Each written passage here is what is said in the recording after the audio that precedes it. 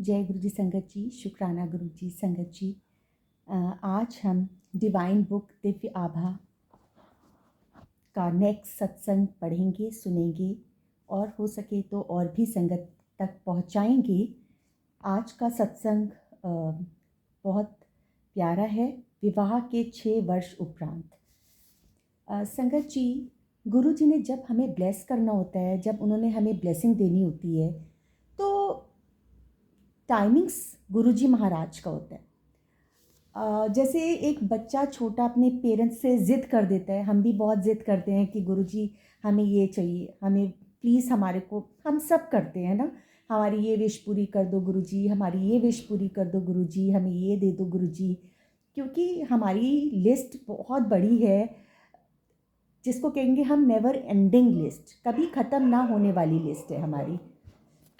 अगर आज गुरुजी हमारी कोई विश पूरी कर देते हैं तो साथ के साथ ही हमारी लिस्ट में दूसरा जो हमारी डिमांड है, मांग है, वो चढ़ी रहती है। और चाहे कितना भी हम बोल दें कि गुरुजी से मांगो मत, गुरुजी को मानो, बट अगर हम गुरुजी से नहीं मांगेंगे तो फिर और किससे मांगेंगे? हम अपने दिल की बात गुरुजी के साथ नहीं करेंगे तो और किसके साथ करेंगे? तो हम सब अपने दिल का हाल अपने महाराज से करते हैं और उनसे ये कहते हैं कि गुरुजी ये बात है, आपको जैसा ठीक लगे आप वैसा कर देना। और अगर वो हमारे लिए अच्छा होता है तो गुरुजी डेफिनेटली हमारी बात को सुनते हैं और हमारी विश को पूरा करते हैं। तो हमें पेशेंस रखना है, सब्र रखना है, धैर्य रखना है। टाइमिंग्स गुरुजी महाराज के होते हैं, टाइमिंग्स गुरुजी साहिब के होते हैं, और जब उनको हमें ब्लेस करना होता है तो वो हमें परमानेंट ब्लेसिंग देते हैं। तो गुरु जी के ऊपर हमें अगर पूरा विश्वास है तो गुरु जी के ऊपर ही हमें अपने हर काम को छोड़ देना चाहिए, क्योंकि हमें पता है कि हम कुछ नहीं कर सकते जब तक हमारे महाराज की मर्ज़ी ना हो, उनकी रज़ा ना हो, हम कुछ नहीं कर सकते। तो हमें अपनी जो कहते हैं ना, जीवन की बागडोर सब महाराज को सौंप के आप बस उनसे ये प्रे करिए कि गुरुजी आप हमें अपने साथ जोड़ के रखना हर जन्म में, कभी भी आप हमसे दूर मत होना, हमको अपने से कभी दूर मत करना संगत जी। और अपना 1 to 1 कनेक्शन ज़रूर बनाइए, प्योर कनेक्शन ज़रूर बनाइए। आज मैंने एक वीडियो, आज क्या, मैं 2-3 दिन से एक वीडियो भी देखा, एक बच्चे के सिर के ऊपर शहद गिर रहा है, बहुत बुरी तरीके से गिर रहा है, और वो शहद वर्षा नहीं है संगत जी। उस पर बहुत सारी संगत ने लिखा है जय गुरु जी, शुक्राना गुरु जी। गुरु जी को ये सब दिखाने की क्या ज़रूरत है? गुरु जी हम पे जब अपनी कृपा दृष्टि करते हैं, जब वो हमको ब्लेस करते हैं, ये मैं ये नहीं कहती कि गुरु जी शहद वर्षा नहीं करते, बिल्कुल करते हैं, मैंने अपनी आंखों से भी देखी है। पर वो इस तरीके से नहीं कि किसी को बिठा दिया और उसके सिर के ऊपर शहद डल रहा है, वो बच्चा बस सिटिंग क्वाइटली, वो चुप करके बैठा और उसके ऊपर जैसे शहद यहाँ पे सारा डाल दिया और वो गिर रहा है और बस जय गुरु जी, शुक्राना गुरु जी। क्यों गुरु जी को आप लोग ऐसा क्यों कर रहे हो? मुझे ऐसे लोगों से ये प्रश्न करना है कि क्यों आप लोग गुरु जी को इस तरीके से इस्तेमाल कर रहे हो कुछ एक चीज़ों की वजह से। इतना देख के दुख लगता है, बुरा लगता है। गुरु जी को कुछ दिखाने के लिए किसी प्रमाण की ज़रूरत नहीं है।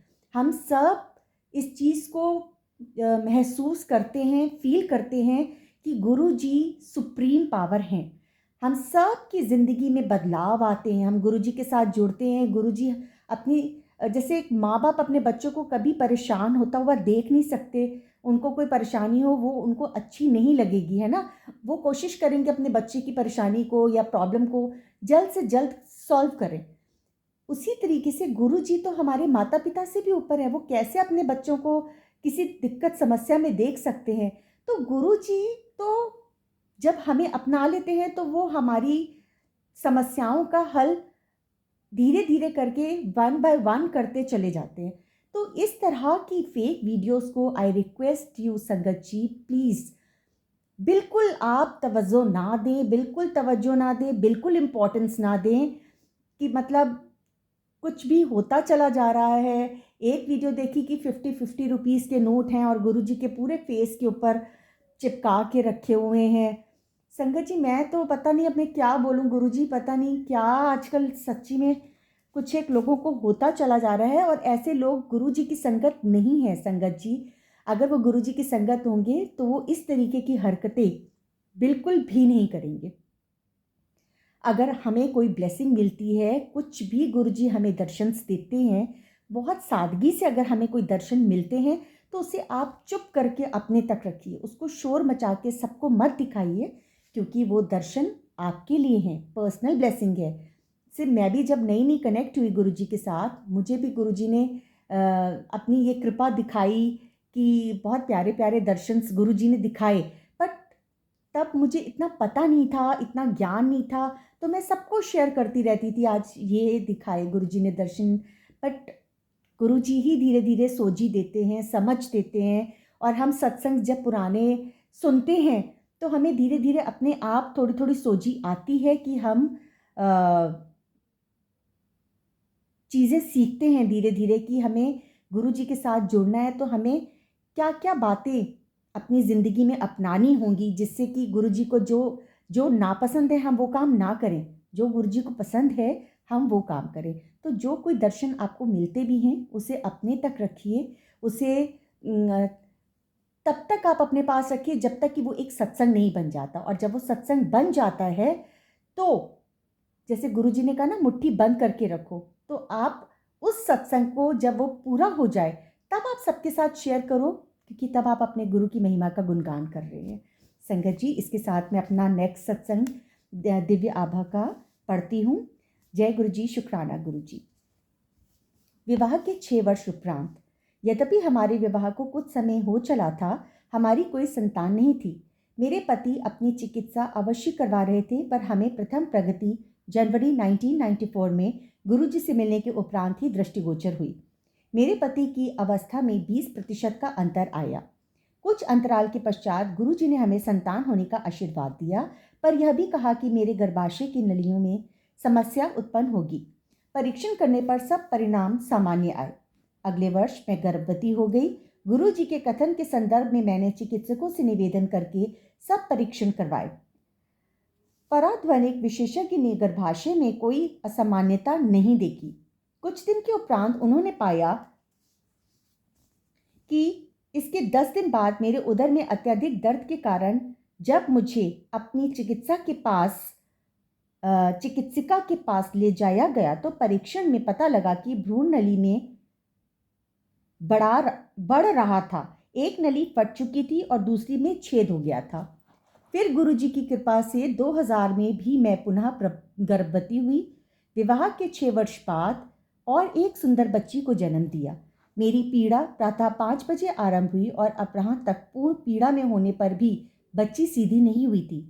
यह शल्य क्रिया करवाने की परिस्थिति उत्पन्न हो गई थी। यह भी पता लगा कि गर्भनाल रज्जु शिशु के गले में फंसा हुआ था। गुरुजी से प्रश्न करने पर उन्होंने प्रतीक्षा करने को कहा। रात्रि 9 बजे शिशु ने पलटी ली और मुझे सामान्य प्रसव हुआ। गुरुजी की कृपा से सब अच्छा हो गया। यह चमत्कार केवल गुरुजी ही कर सकते हैं, और इसके लिए मैं उनकी हार्दिक आभारी हूँ। एक भक्त। जय गुरुजी, शुक्राना गुरुजी। संगत जी, गुरुजी ऐसे ही अपनी कृपा से कहते हैं हर चीज़ बदल देते हैं। अपनी रहमत हम सब के ऊपर करते हैं। हम सबको भी चाहिए कि बस हम गुरुजी को माने, गुरुजी की माने, गुरुजी की बताई हुई बातों पे चले। अपने पुराने संगत अंकल आंटीज़ के जो प्यारे प्यारे एक्सपीरियंसेस हैं उनको सुने, और उनसे हम सीखें कि गुरुजी कितने डिसिप्लिन्ड थे और उनको डिसिप्लिन्ड लाइफ कितनी पसंद थी।